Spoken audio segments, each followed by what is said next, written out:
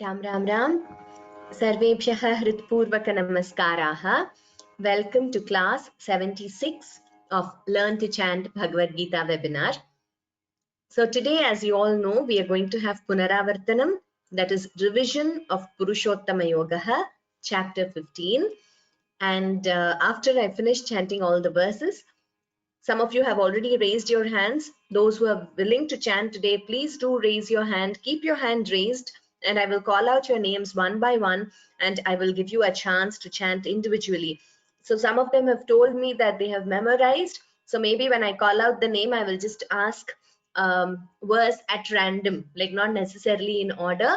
So maybe some verse in between the chapter I will ask, and those of you who have memorized, you can chant that verse. It's a small chapter, so relatively easy to memorize also. Let us begin.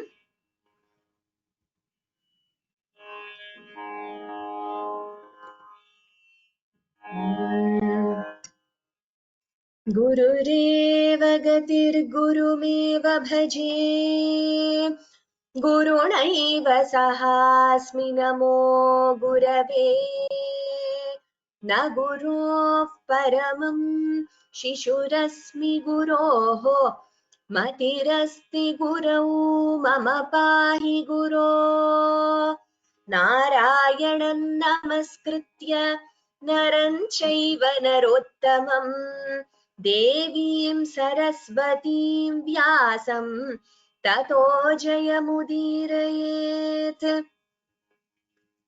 वसुदेवसुतं देवं कंसचाणूरमर्दनं देवकी परमानन्दं कृष्णं वन्दे जगद्गुरुं पार्थाय प्रतिबोधितां भगवता नारायणेन स्वयं व्यासेन ग्रथितां पुराणमुनिना मध्ये महाभारतम् अद्वैतामृतवर्षिणीं भगवतीम् अष्टादशाध्यायिनीम् अम्ब त्वामनुसन्दधामि भगवद्गीते भवद्वेषिणीम् नमोऽस्तु ते व्यासविशालबुद्धे फुल्लारविन्दायतपत्रनेत्र येन त्वया भारततैलपूर्णः प्रज्वालितो ज्ञानमयः प्रदीपः मूकं करोति वाचालं पङ्गुल्लङ्घयते गिरिं यत्कृपातमहं वन्दे परमानन्दमाधवम् सर्वोपनिषदो गावः दोग्धा गोपालनन्दनः पार्थो वत्सः सुधीर्भोक्ता दुग्धं गीतामृतं महत् शान्ताकारं भुजगशयनं पद्मनाभं सुरेशं विश्वाधारं गगनसदृशं मेघवर्णं शुभाङ्गं लक्ष्मीकान्तं कमलनयनं योगिभिर्ध्यानगम्यम् वन्दे विष्णुं भवभयहरं सर्वलोकैकनाथम् यं ब्रह्मा वरुणेन्द्ररुद्रमरुतः स्तुन्वन्ति दिव्यैस्तवैः वेदैः साङ्गपदक्रमोपनिषदैः गायन्ति यं सामगाः ध्यानावस्थिततद्गतेन मनसा पश्यन्ति यं योगिनः यस्यान्तन्न विदुः सुरासुरगणाः देवाय तस्मै नमः धृतराष्ट्र उवाच धर्मक्षेत्रे कुरुक्षेत्रे समवेतायुयुत्सवः मामकाः पाण्डवाश्चैव किमकुर्वत Sanjaya Could you all let me know if you are able to hear me, please? Because one or two of them have said they are not able to hear me. I am not on mute, so yes, I think others are able to hear me. Okay, great. Great. Many of them are able to hear. Thank you very much, all of you. Dhanyavadaha. I will continue with chanting the the 15th chapter, all the verses. Those who said you cannot hear, please check the audio settings in your system. Maybe there is some problem there. Om Shri Paramatmane Namaha अथ पञ्चदशोऽध्यायः पुरुषोत्तमयोगः श्रीभगवानुवाच ऊर्ध्वमूलमधः शाखम् अश्वत्थम् प्राहुरव्ययम् छन्दांसि यस्य पर्णानि यस्तं वेद स वेदवित् अधश्चोर्ध्वम् प्रसृतास्तस्य शाखाः गुणप्रवृद्धा विषयप्रवालाः अधश्च मूलान्यनुसन्ततानि कर्मानुबन्धीनि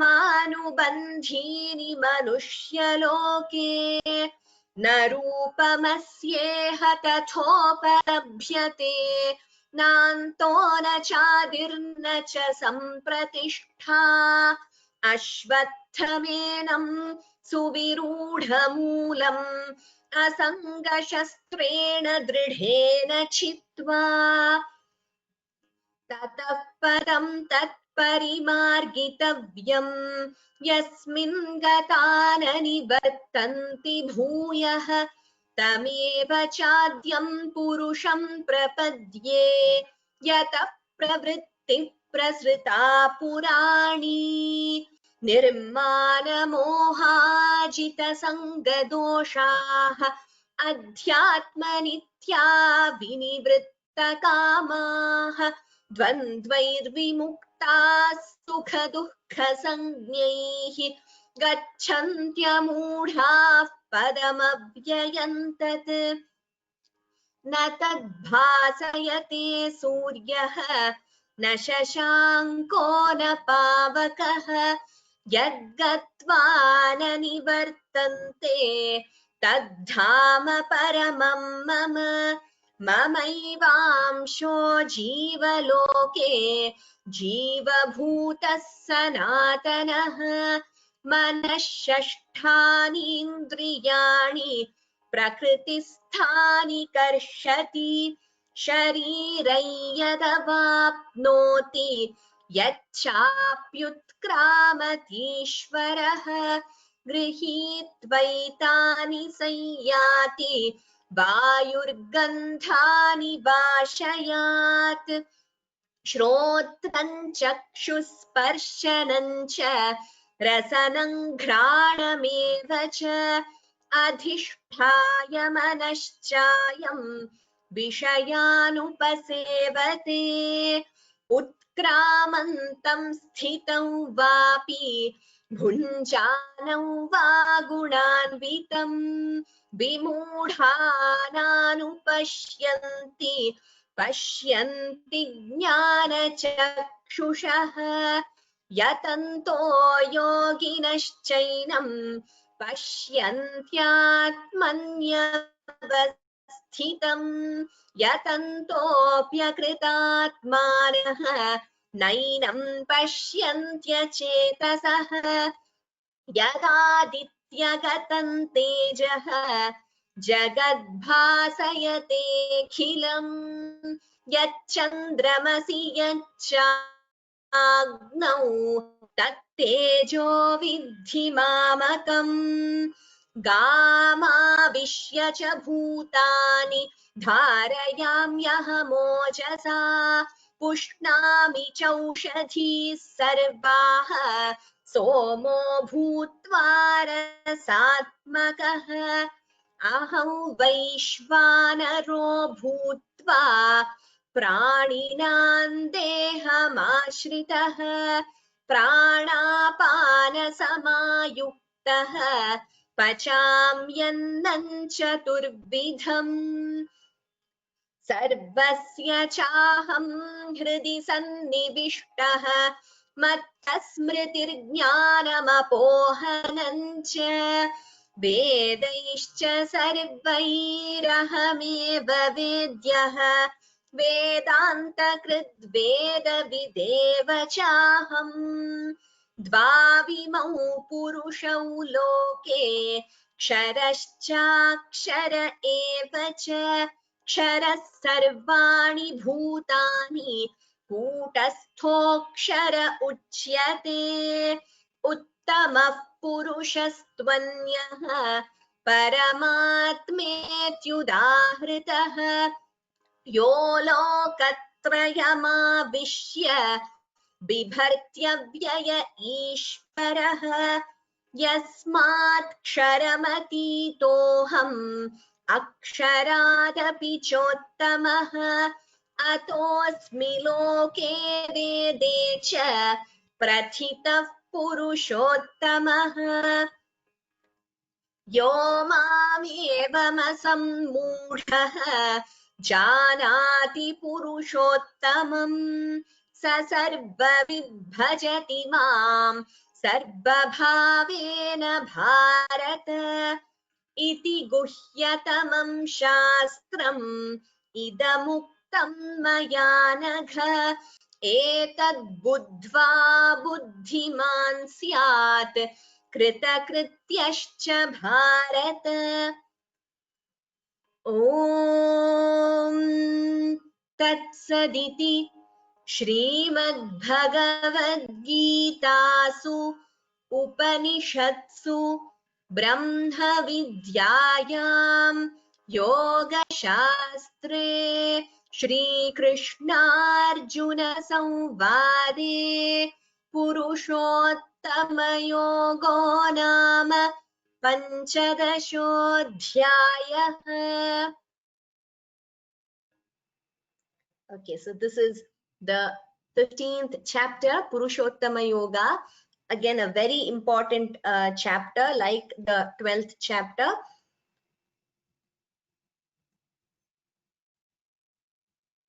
We will go back to the introduction and the first verse. I will start calling out your names. So please unmute yourself as soon as I call out your name, so that we will not waste much time between chantings, because if you take a lot of time, then others will not get time to chant in the end. So I will call out in the way the names are displayed on my screen. So in the same order I will call out, and you all can unmute and start chanting.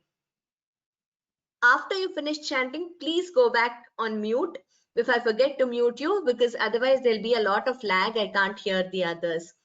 Mahalakshmi Balaji Bhagini. Namaste Bhagini. Namaste Bhagini. Om Shri Paramatmane Namaha Atha Panchadashodhyayah Purushottama Yogaha. Uttamam Bhagini. Next, the first verse also.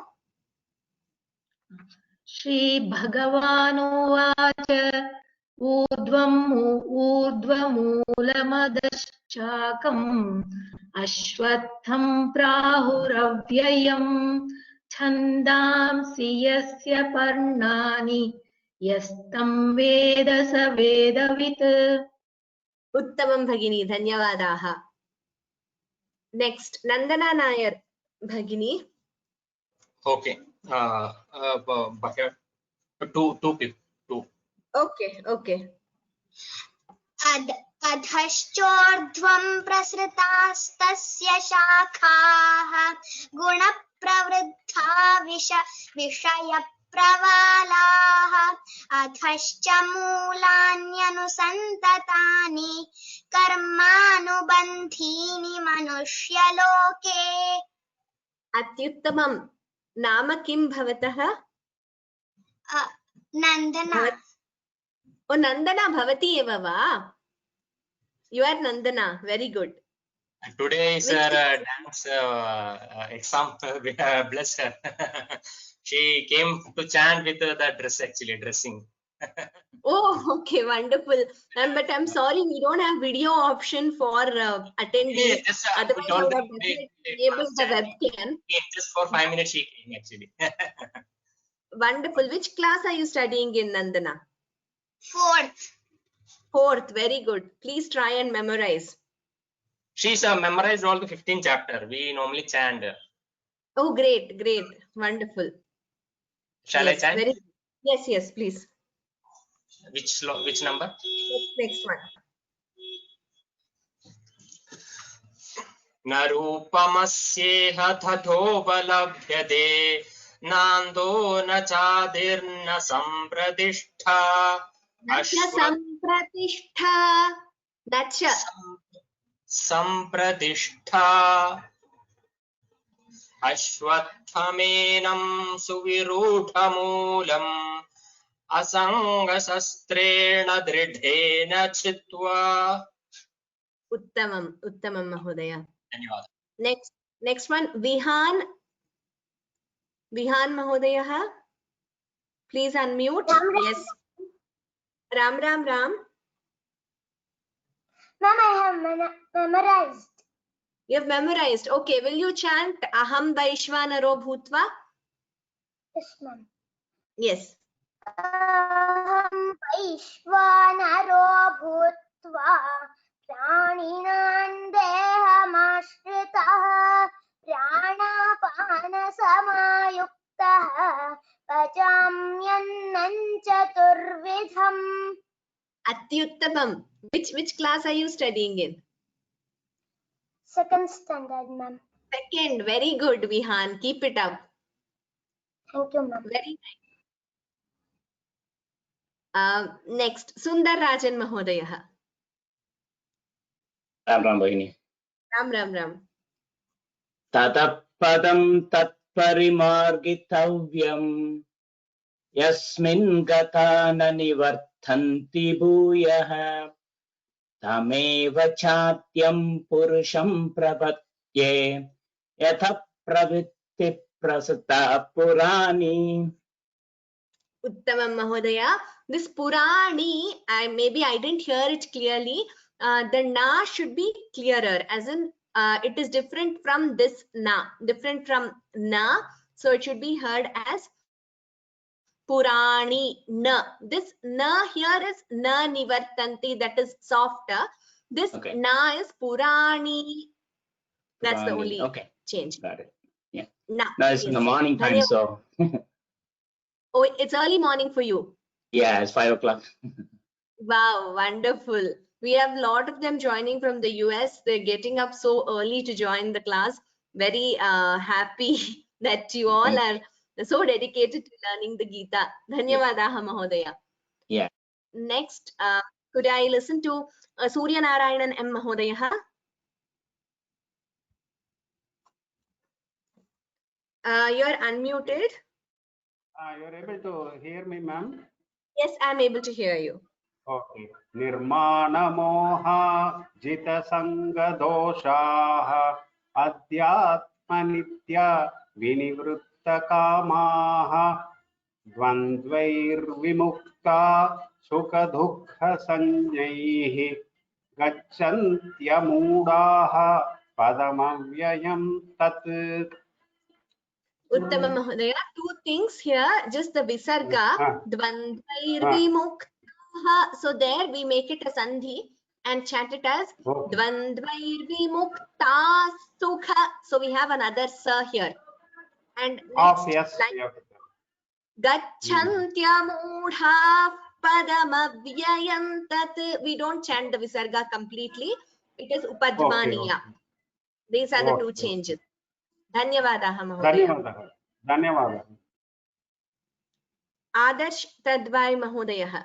Next one. Ma'am, I have memorized. So You have memorized. Okay. Could you chant Dvavimau Purushau?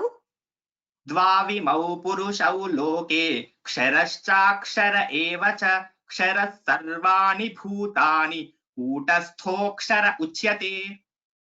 Uttamam. Uttamam. Very good. Dhanyavadaha. Ma'am, I have small doubt. Can I ask now? Apan Visrajan Grihnan or Grinhan?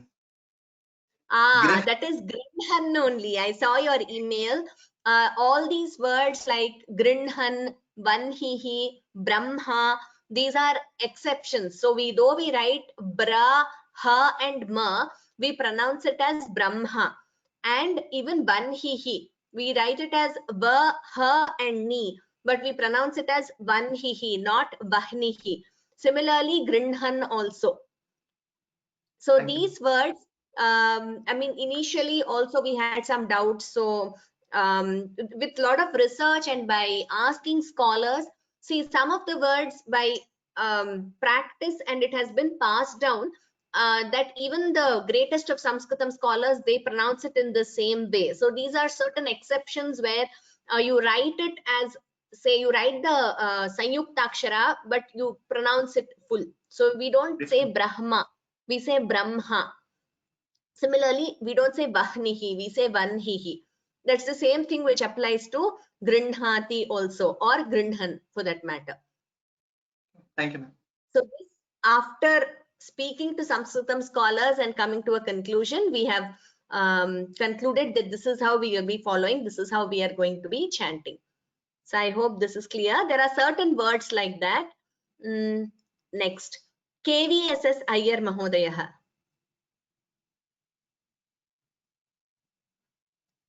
Please unmute KVSS Iyer Mahodaya. Yes. Namaste, madam. Namaste. Na bhasayate suryaha na shashango na pavakaha yat katva na nimartande tadhama paramam mama. Tadhama paramam mama. Yes. Dhanyavadaha Mahodaya. Tadhama paramam mama. Yes. Dhanyavadaha. Nandana Nair Bhagini has said Janhavi. Yes, that's another example. We write Jahnavi, but we pronounce it as Janhavi. Venkateshwaran Gopala Mahodaya. Next one. Please unmute. Ram. Mamaivamsho Jivaloke Jivabhutas Sanatanah Manaf Shashtani Indriyani Prakritistani Karshati. Madam, I can say, I can do that. Aham Vaishvanaro Bhutva Praninam Deham Ashritah Pranapana Samayuktah Pachamyannam Chaturvidam. This long back I learned. So I didn't take any effort to memorize this. So I know that. Okay, Dhanyavadaha Mahodaya. Here, Manashashtha, the Visarga followed by Sha, we get a second Sh here. So, Manashashtha, that Sha should be clearer. And Prakriti Sthani, the Tha Mahaprana should be clearer. Okay. Dhanyavadaha. Aham Vaishva, like I told you, all of you, it is the verse which we recite before consuming anything, before taking food. Gayatri Ramachandran Bhagini, next one.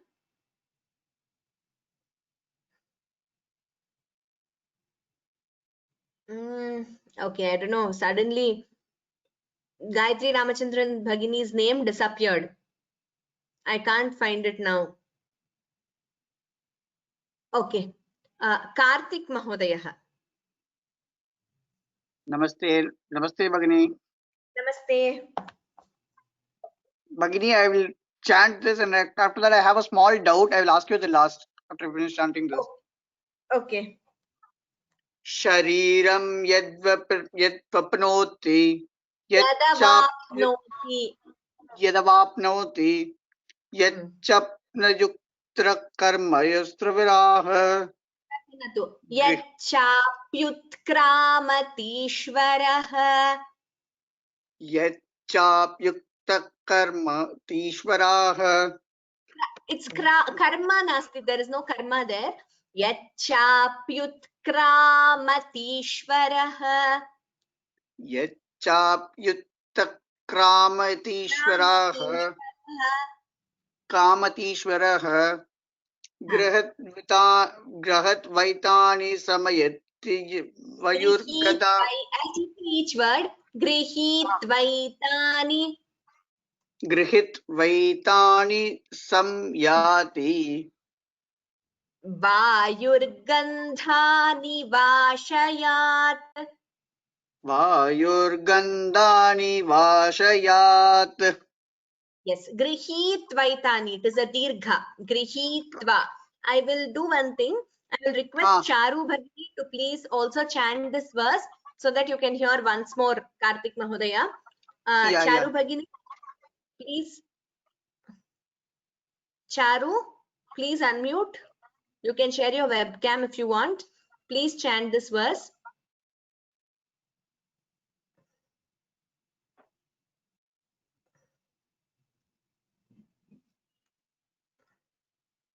Can't hear you, Charu. Why can't I hear you? Have you unmuted at your end? Then like, I don't think it's only me. I think others also can't hear you. I can't. We can't hear, yes. Okay, no problem. Just check what the problem is at your end. Okay. It's okay. Next, after some time or maybe next class. Don't worry. Okay, I will chant this verse once. Shari Yadavapnoti Yachapyutkramatiishvarah Grihitvaitani Sayyati Vayurgandhani Vashayat. I hope this is clear. You can practice. We will see if there is time. We will come back to you again. Yeah, okay, fine. Because there are people waiting. Dhanyavadaha. Yeah, one more small doubt. Yes. Yes. Yeah, see, ma'am, Bhagini, actually last class I was asking you like if you can help me with the chanting, like if you can give me like individual chanting with you, and because I want to learn it more. Is it possible? Like, if there's anything other than the pronunciation, please email me because there are a lot of them waiting to chant. So we cannot. Second verse, can you just explain the second verse? Can you chant it again? Which second verse? Line. The same verse, second line. Grihitvaitani sayyati vayurgandhani vashayat. I hope this is clear. Any other doubt, please email me because we really can't. I mean, there are a lot of people waiting, so we can't, have a long discussion here. Sorry about that. Next one, Lakshmi Raghavan Bhagini.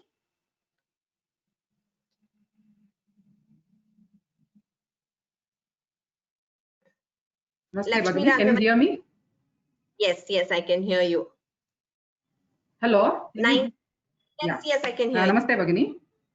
Namaste. Shrotran chakshusparshanam cha rasanam ghranameva cha adhisthaya manaschayam vishayanupasevate. Dhanyavada, Bhagini. Dhanyavadaha. Atyuttamam. Well chanted. Next, Panchapageshan Mahodayaha. Please unmute. Panchapageshan Mahodayaha, please. Yes. Utkramantasthito vapi bunjano va gunanvitam vimudhananu pashyanti jnana sakshushaha. Dhanyavadaha Mahodaya. Just here, Utkramantam, Namaskaraha, Utkramantam, the Anuswara should be clearer. Jnana Chakshushaha. So please note these two words. Jnana Chakshushaha. No? Jnana Chakshushaha. Yes.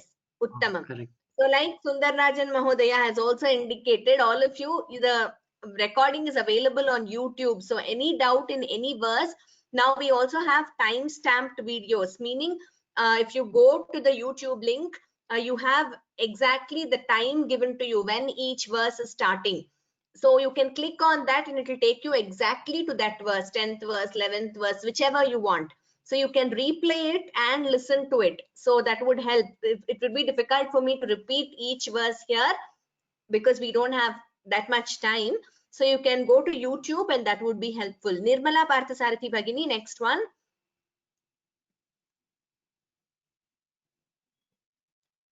Nirmala Parthasarathi Bhagini, please unmute.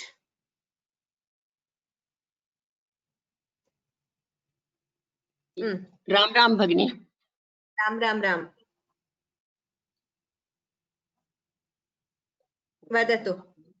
Yatanto yoginashchainam pasyantyatmanyavasthitam yatantopyakrutatmanah nainan pasyantyapchetasah. Uttamam Bhagini. Dhanyavadaha. Dhanyavadam Bhagini. Next one, Rukmani Gopal Bhagini. Next one. Please unmute Rukmani Gopal Bhagini. Yes. Namo Namaha Bhagini. Namo Namaha. Yadadityagatam tejaha jagat vasayate akilam yatchandramasi yatchagnau tattejo vidhi mamakam. Okay, few things here, Bhagini, to note. First of all, we don't chant it as Jagat Bhasayate Akhilam. We chant it together as Jagat Bhasayate Khilam. So we don't split here as Akhilam. Then it is not yet Chandramasi. It is yet Chandramasi. There is no Dirgha. And it is yet Chagnau, not yet Chagnau. Yet Chagnau. So here there is no Dirgha in the first word, yet Chandramasi. Next word, it is yet Chagnau. These things to be noted, Bhagini. Can I chant once Dhanyavadaha. more? Okay. Yadadityagatam tejaha jagat vasayate kilam yatchandramasi yatchagnau tattejo vidhi mamakam. Uttamam Bhagini, Dhanyavadaha. One more thing, your Mahapranas should be clearer. Jagat Bhasayate Khilam Vidhi. So everywhere Mahapranas should be clearer. Dhanyavadaha Bhagini. Next, Jayanti SM Bhagini, next one. Please unmute. Namaste, madam. Namaste. Gama Vishya cha Bhutani. Just a second, Bhagini. All the others, please go to mute. There is some echo, so I think someone is unmuted. Please be on mute, all of you. Only Jayanti Bhagini will be unmuted and will chant now. Please chant, Bhagini. Gama Vishya cha Bhutani Dharayamyaham Pushnami chaushadhi sarvaha Somo Bhutva Rasatmakaha. Uttamam Bhagini. Thank you. Dhanyavada. Very well chanted. Radha Ram Mohan Bhagini, next one.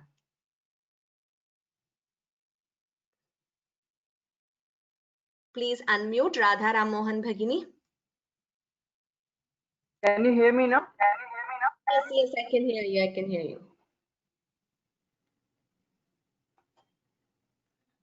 Aham Vaishnanaro bhu Praninam Dehamashritah Pranapana Samayuktah Yuktah Pachamyannam Chaturvidham Pachamyannam Chaturvidham. Pachamyannam Chaturvidham. Uttamam Bhagini, Dhanyavadaha.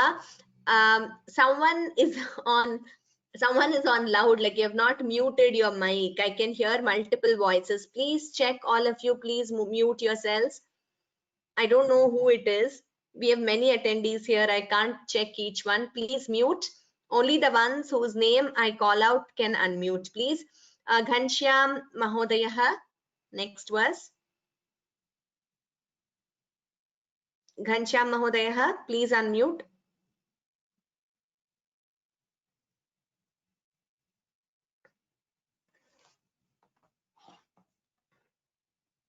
Ghanshyam Mahodayah. Okay, we'll come. Okay. सर्वस्य हृदि सन्निविष्टः मतस्मृति ज्ञानमोहनच्च सर्वस्य चाहं हृदि सन्निविष्टः मत्तस्मृति ज्ञानपोहनञ्च वेदैश्च सर्वैरहमेव वेद्यः वेदांत कृत वेद विदेव चाहम्. Okay, few corrections here and there. Mattasmritir jnanam apohanancha. So mattasmritir jnanam apohanancha. Next line. Vedaischa sarvairahameva vedyah vedant krut veda videva chaham. Dhanyavadaha Mahodaya. So if time stamping has not been done for later videos, it will be done eventually. So they are, the volunteers are in the process of doing it. So it will eventually be done for all the chapters, for all the videos. Venkatanarayanan Mahodaya. Venkatanarayana Mahodaya. Next verse. Namaste Bhagini. Namaste.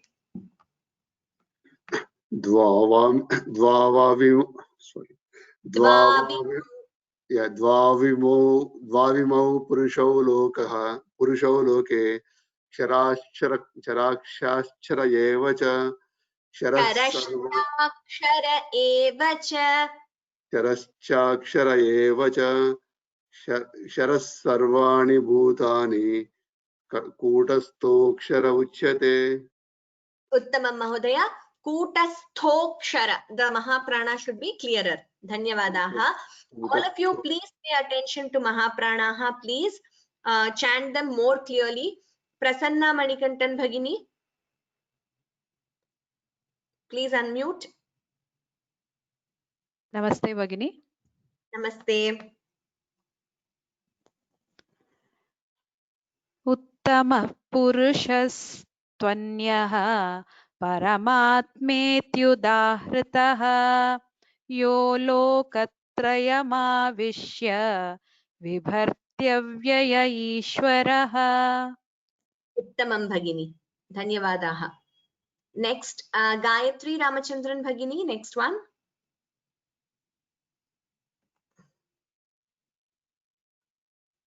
Gayatri Ramachandran Bhagini, कृपया unmute करो तो.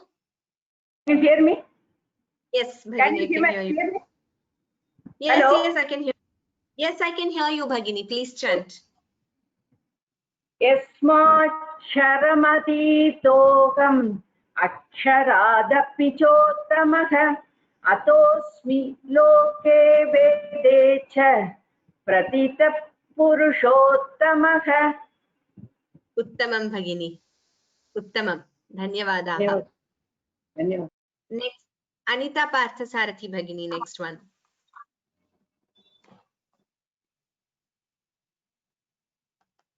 This 19th verse Bhagini. Yo mameva sammudaga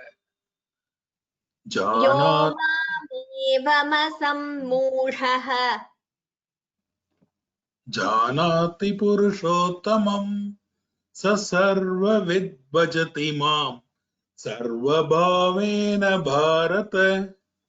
Uttamam Mahodaya. Yo mameva masammudhaha. Please pay attention to that pada. Dhanyavadaha. Is there anyone who would be chanting? No, Anita is not next to me now. Okay, Dhanyavadaha.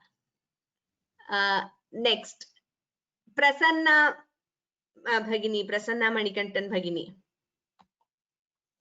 I think you got a chance already, Bhagini. I'm sorry. Yes, Bhagini.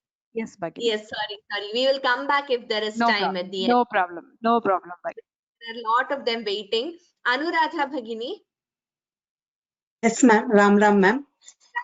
Iti guhyatamam shastram idamuktam maya nagha etad buddha buddhiman syat kritakrutyascha bharata. Uttamam Bhagini. Kritakrutyascha. The sha should be clearer. It should not be pronounced as scha. It is scha, not sa, sha. Slight difference. Yes, right. Dhanyavadaha. Next, Bhuvaneshwari Bhagini. The conclusion, please. Bhuvaneshwari Bhagini, please unmute.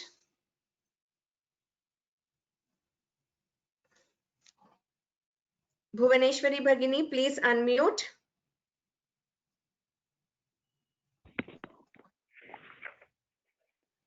Yes. Om Tat Sat Iti Srimad Bhagavad Gitasu Upanishatsu Brahma Vidyayam Yoga Shastre Shri Krishna Arjuna Samvade Purushottama Yogo Nama Panchadashodhyayaha. Uttamam Bhagini, Dhanyavadaha. Just one thing, it is not Brahma Vidyayam, it is not Dhya, it is Vidya. The word Vidya, the D is Alpa Prana, a very common thing we notice. There is a tendency to pronounce it as Dhya. It is not Vidya, it is Vidya. So please pay attention to that. Yes. Next, Brinda Shekhar Bhagini. We will go back. Please chant the introduction, Bhagini. Yes, madam. Ram Ram. Ram Ram. There are two of you? Yeah, she will come little later. I will again. Okay. Yeah, thank you. Om Shri Paramatmane Namaha Atha Panchadashodhyayah Purushottama Yogaha Shri Bhagavanuvacha Urdhva Mulamadharshakam Ashvatham Prahuravyayam Chandhamsi Yasya Parnani Yastham Veda Savedavit. Dhanyavadaha Mahodaya. Only thing is your Mahapranas should be clearer. Urdhva Mula Madhashakam Ashvatham. So all these Chandamsi. So Mahapranas clear. Next, Darsh Ravi Mahodaya. You told me you have memorized the entire chapter. Please unmute. Could you please chant Sarvasya Chaham? Shri Bhagavan Urdhva Mula Madhashakam Ashvatham Prahuravyayam Chandamsi Yasya Parnani Yastau Veda Savedavit. Uttamam. I wanted you to chant Sarvasya Chaham Hridi Sannivishto. Sarvasya.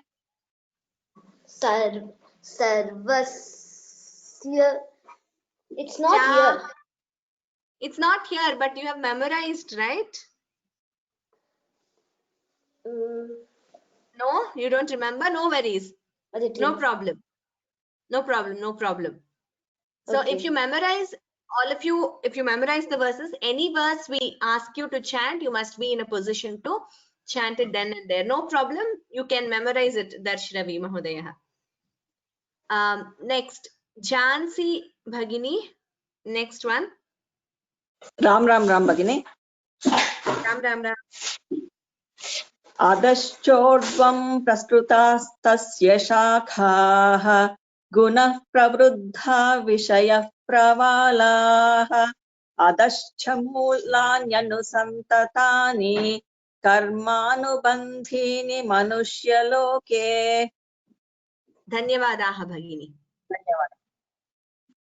Next, KV Chandrasekharan Mahodaya.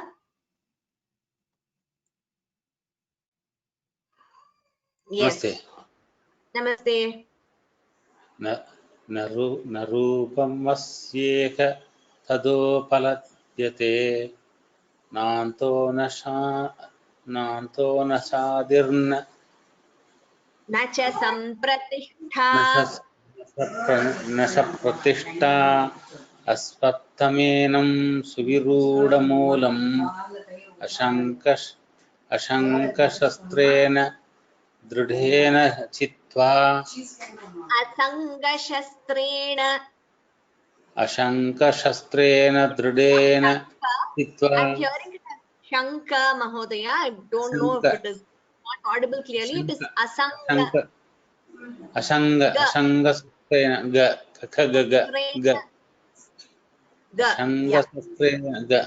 अशङ्कशस्त्रेण दृढेन चित्वा. Dhanyavadaha. Please listen to the recording and practice each word individually, then the entire verse you can chant. Okay. Dhanyavadaha. Lakshman Mahodayah.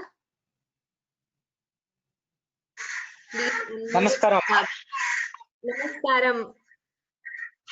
Tatah padam tat parimargitavyam yasmin gatana nivartanti bhuyah tameva chadyam purusham prapadye yatah pravruttih prasruta purani. Uttamam Mahodaya. Dhanyavadaha. Dhanyavadaha. Next, Mark Anthony Mahodayah. Next one. Ram Ram Ram. Ram Ram Ram. Nirmana moha jita sanga dosha adhyatma nitya vinivritta kamaha dvandvair vimukta sukha dukkha samjnaihi gacchantya mudha paramavyayantat. Padamavyayantat. Paramavyayantat. Mahodaya, you are saying param. It is padam. It is not padam. ra. Oh, sorry. Pada. Sorry. Padamavyayantat. Uttamam Mahodaya. Wonderful. You have been able to learn a new language, a new pronunciation, though your mother tongue is not an Indian language. You chanted really well, especially your pronunciation of sukha, dukkha. It was all very precise. So all of you, he's an inspiration for others. Most of us here have Indian languages as our mother tongues. So if he's able to do it with a foreign language as a mother tongue with no background in an Indian language, all of us can definitely do it. We can learn the right pronunciation. Thank you very much, Mahodaya. Thank you very much. Dhanyavadaha. Bye. Bye. Mohana Valambe Bhagini, next one. Namaskara Bhagini. Namaste. Is this the one? Okay. Na tadbhasayate suryah na sashanko na pavakah yad gatva na nivartante tadhama paramam mama. Uttamam Bhagini. Dhanyavadaha. Next, Padma Narayan Bhagini.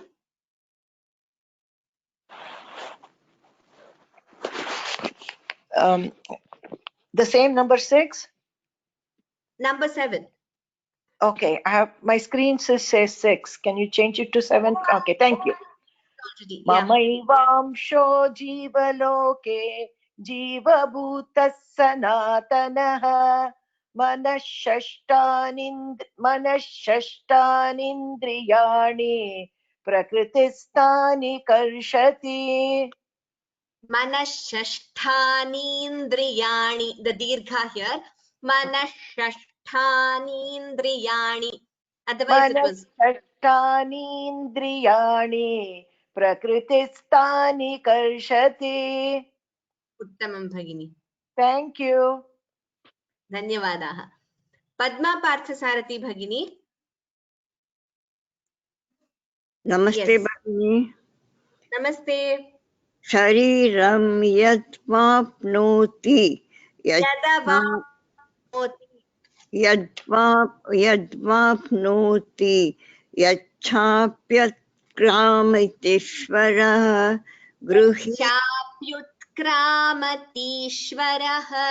यच्चाप्युत्क्रामतीश्वरः यच्छाप्युत्क्रामतीश्वरः Pardon? यच्चाप्युत्क्रामतीश्वरः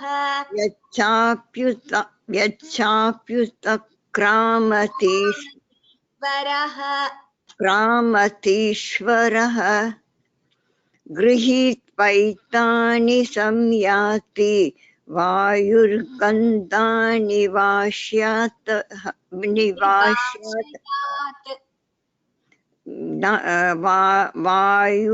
वायुर्गन्धानि निवाशयात्. Uttamam Bhagini. Really appreciate your effort. So please go through the recording. You will be able to understand the pronunciation better. Dhanyavadaha.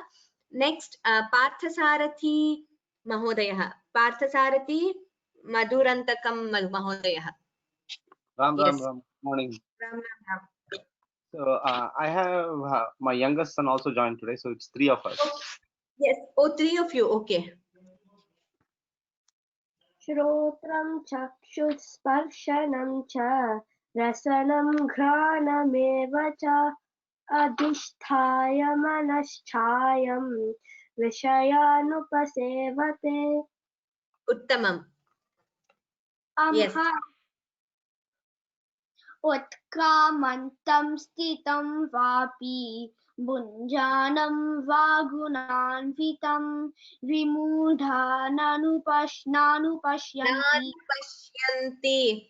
नानुपश्यन्ति पश्यन्ति ज्ञानचक्षुषः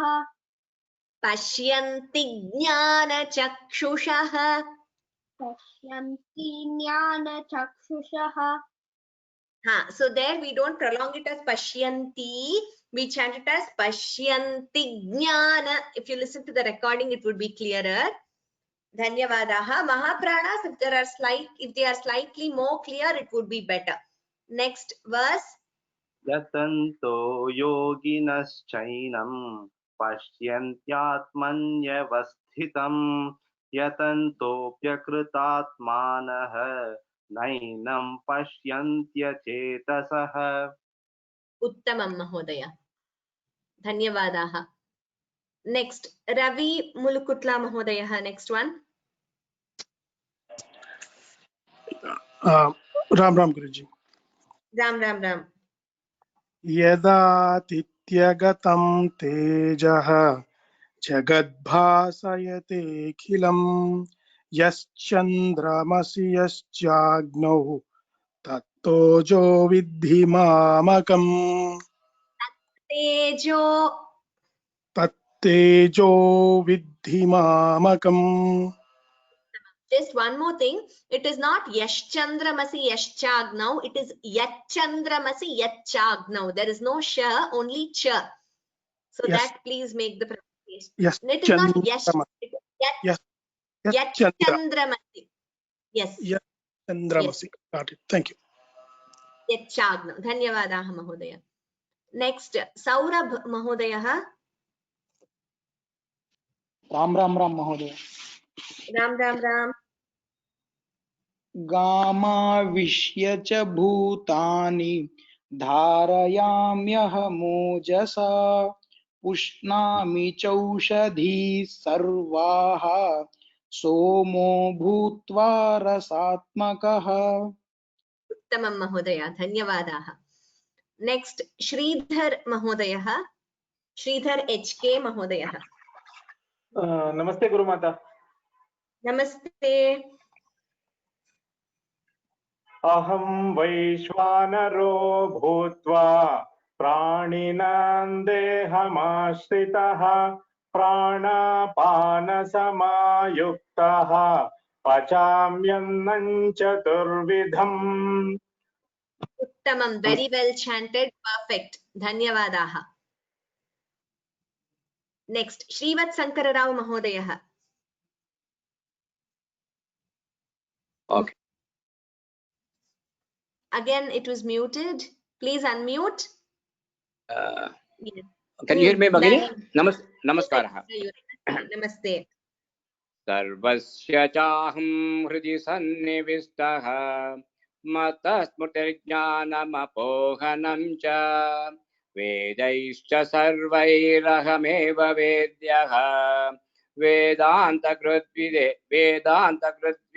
वेदान्तकृद्वेदविदेह चाहं विदेव चाहं वेदविदेव चाहं वेदान्तकृद्वेदविदेव चाहम् उत्तमं धन्यवादाः नमस्ते next Suchitra Rajan भगिनी next one please unmute Suchitra Rajan भगिनी यस राम राम राम राम राम राम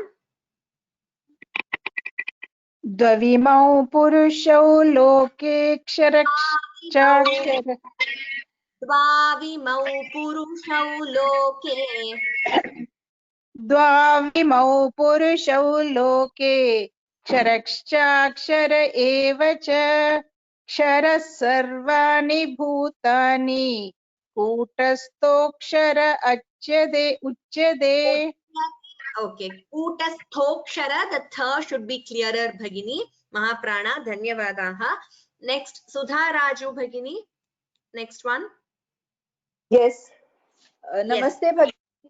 namaste उत्तमः पुरुषस्वन्यः परमात्मेत्युध्यायतः यो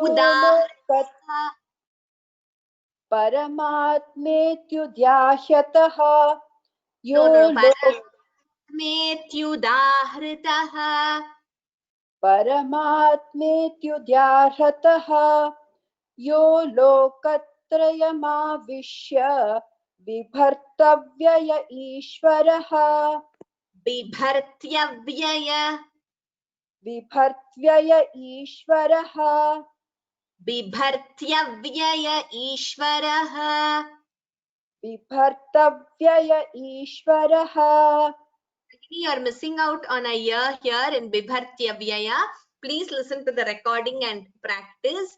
And all of you, please get each word right and then move on. So no hurry to move to the next verse or to the next word. Focus on each word, get it right, and then move to the next one. Dhanyavadaha Bhagini. Please listen to the recording and practice. Sujata Koli Bhagini, next one. Ram Ram Bhagini. Ram Ram Ram.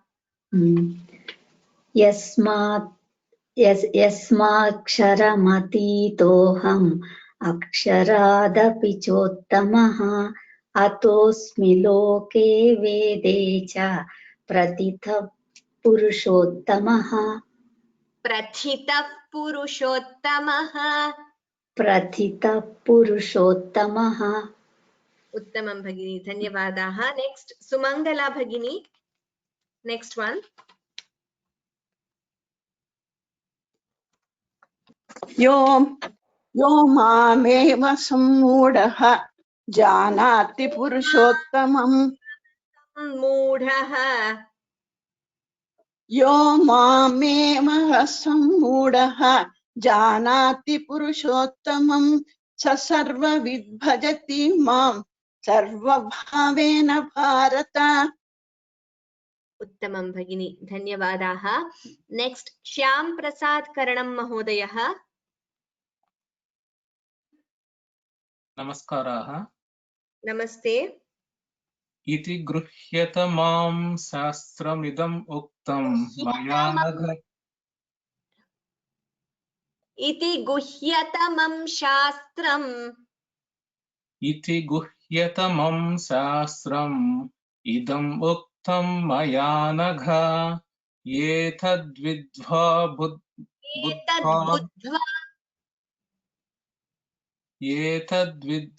बुद्ध्वामि there is no word there etad buddhva बुद्धिमान् स्यात् कृतकृत्यश्च Bharata Dhanyavadaha Mahodaya. Please note the Samyuktaksharas clearly and you can practice. Okay, next one. Shyamala Kumar Bhagini, please unmute.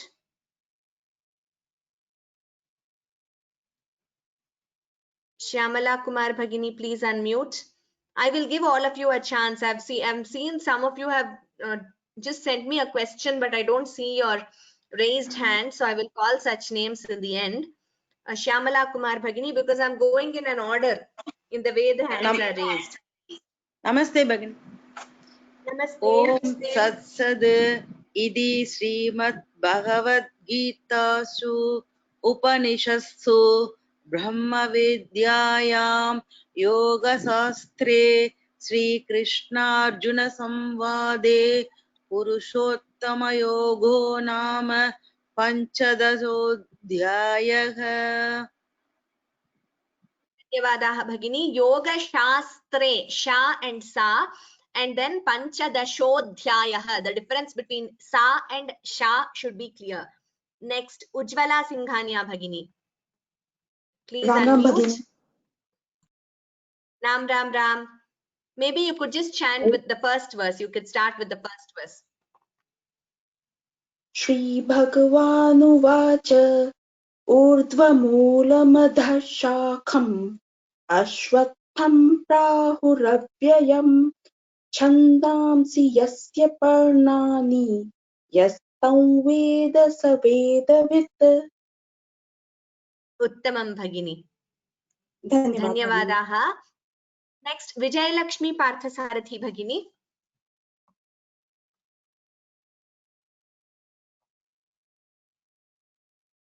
Vijayalakshmi Parthasarathi Bhagini, please unmute. Please unmute Vijayalakshmi Bhagini.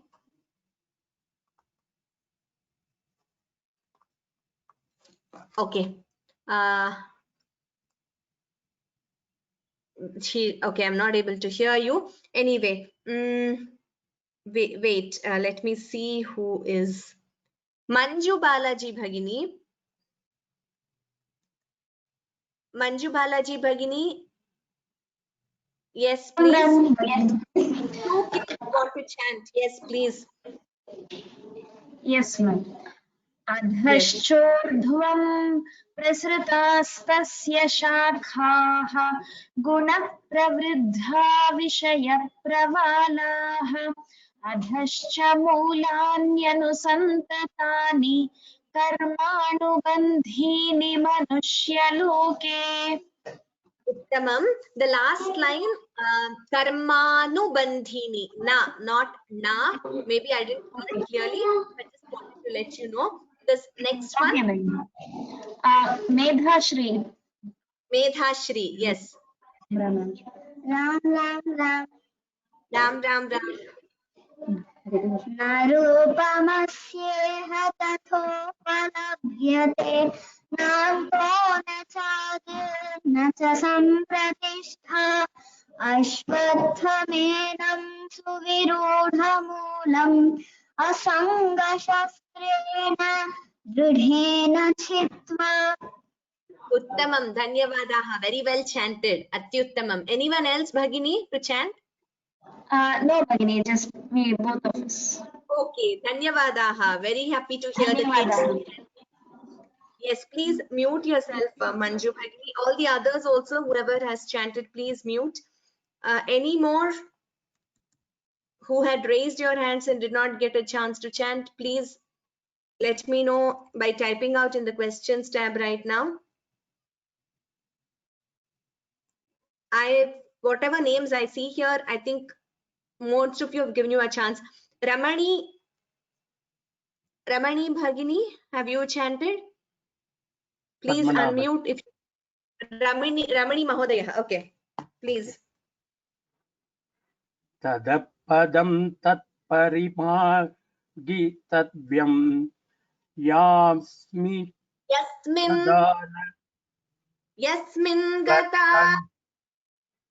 yasmin gata na nivartanti भूयः भूयः भूयः तमेव चाद्यं तमेव चात्यं पुरुषं प्रपद्ये यद प्रवृत्ति प्रसृता पुराणी यतः प्रवृत्तिः प्रसृता पुराणी यद प्रवृत्ति प्रसृता पुराणी. धन्यवादाः महोदय. All of you please note that ta should be chanted as ta itself. It should not be heard as da. That you should make note of. Shailaja Jagarlapudi Bhagini. Next one.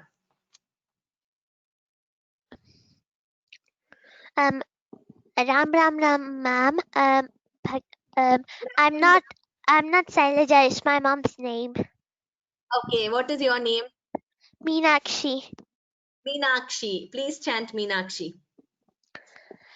निर्माणमोहाजितसङ्गदोषाः अध्यात्ममानित्या विनिवृत्तकराम. It is not adhyatmama. Adhyatmanitya. अध्यात्मनित्या विनिवृत्तकामाः द्वन्द्वैर्विमुक्ताः सुखदुःखसंज्ञैः गच्छन्त्यमूढाः पदमव्ययं तत्. Uttamam. So here we dvandvair vimuktaha, we combine the sandhi and chant it as dvandvair vimukta sukha. That one change, please. Okay. Next, I'm looking at all of you who have said you have not chanted. Please give me some time. I will call out the names. Dhatri Sridhar.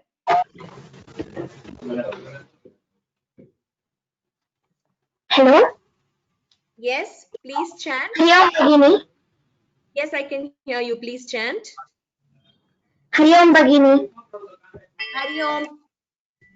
Please chant. Yes, Bhagini.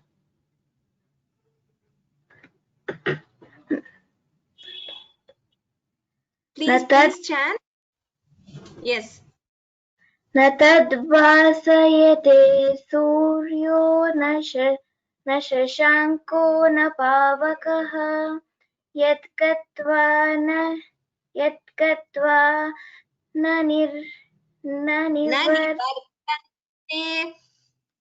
निवर्तन्ते तद्धाम परमं मम. Dhanyavadaha Bhagini. Please practice.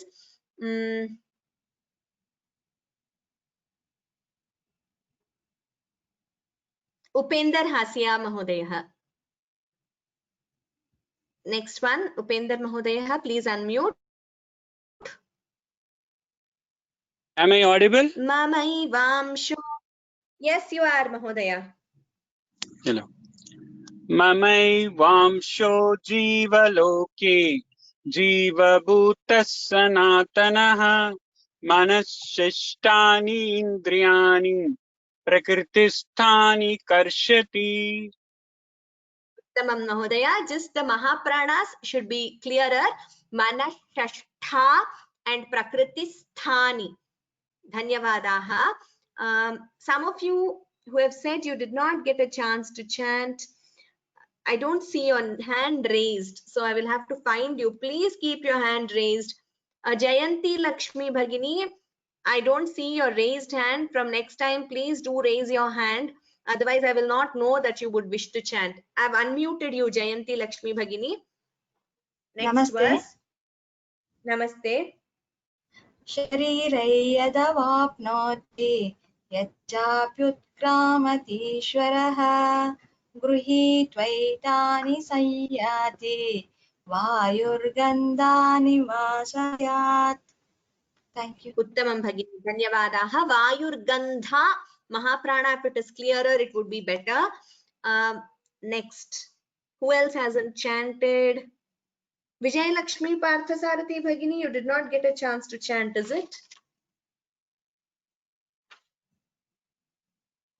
Okay.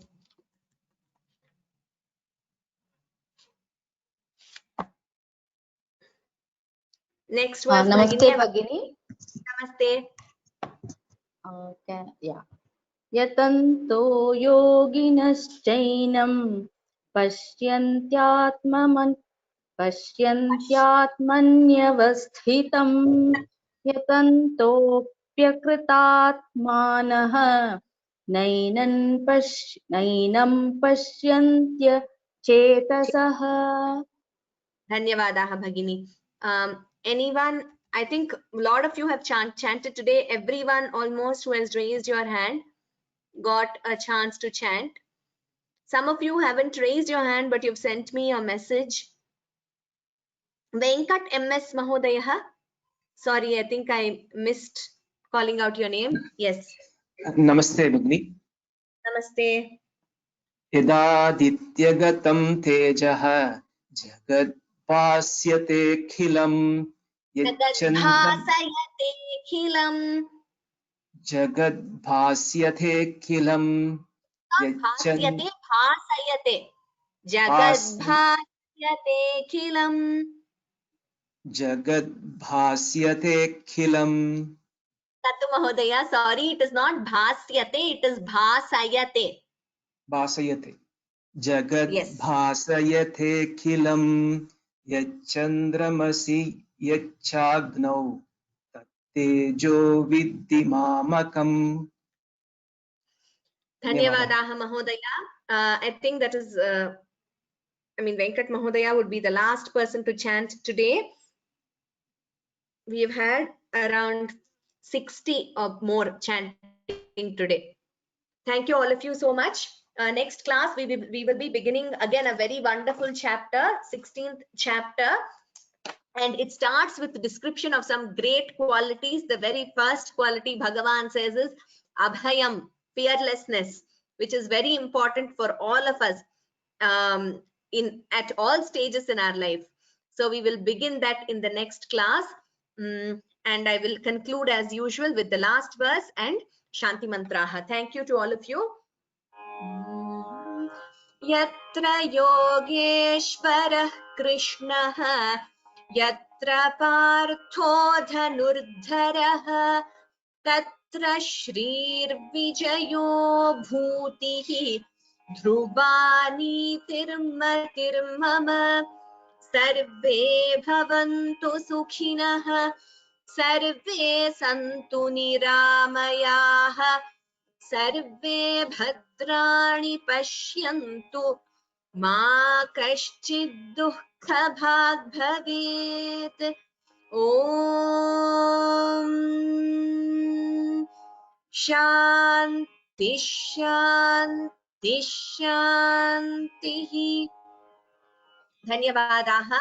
We will meet next Saturday at the same time and learn the 16th chapter. Thank you all so much for attending. Dhanyavadaha. Ram Ram Ram.